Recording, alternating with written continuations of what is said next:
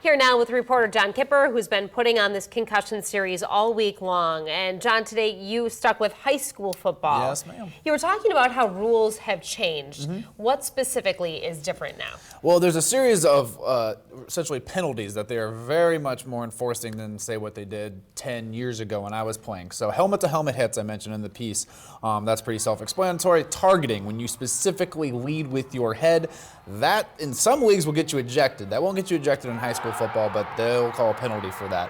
Hitting a defenseless player when they're not ready for you and you hit them, or a blindside block when you don't use your hand specifically. All these things are now going to give you 15-yard penalties. And as you might imagine, a frustrated parent, a frustrated fan, they don't always like these calls, but the NSA official I talked to said that really at the time when they were making these, they felt like the game was at a crisis and they had to do something, and so that's what they did essentially, and it clearly does make the game safer. One more thing I wanted to mention with that, kickoffs as well, they changed, so you can't get as much of a head start when you're going off on a kickoff team that you used to. Okay, you were showing the helmets and how there's so much more padding in them. Is that something that's mandated, regulated, or is that on the school?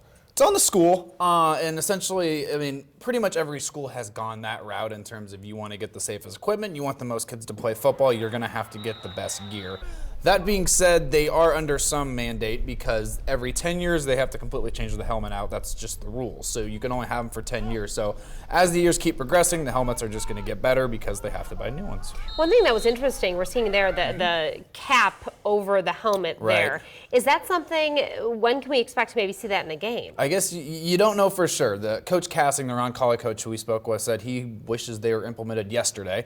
The player, Jack Doetzler, who we talked to, who plays quarterback for them, says as long as we can make them as cool as our helmets currently look, he's all about them. But really the more formal answer is it's all about a process, and you have to go through the NSAA, and the schools eventually all have to agree that, yes, that's something they want to do. In your piece, you showed the graph that showed how football numbers are down. Are other sports picking up the pace of that?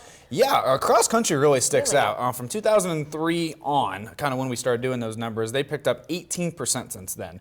But you got to be careful because the girls' cross country has also increased as well. Sure. But looking at the numbers a little more closely, the last 5 to 10 years, the boys have outpaced the girls in terms of the cross country rise. So there clearly is something there, but it's hard to say if that exactly correlates to less people playing football going to cross country. Sure, it doesn't explain the exact reason for sure, but definitely interesting. Okay, final story is tomorrow. What are we looking at? I know, final story. We went to Lincoln, the University of Nebraska Center for Brain Biology and Behavior. They monitor football and soccer players, specifically the Huskers, both teams for that, and they're doing something that no other college in the country is doing with their brains, essentially. I've seen a little bit about it, and fascinating story. Looking forward to that one. Thanks, John. Thanks, Jenny. And you can find more about concussions, high school football, and their impact on the overall game on our website, 3newsnow.com.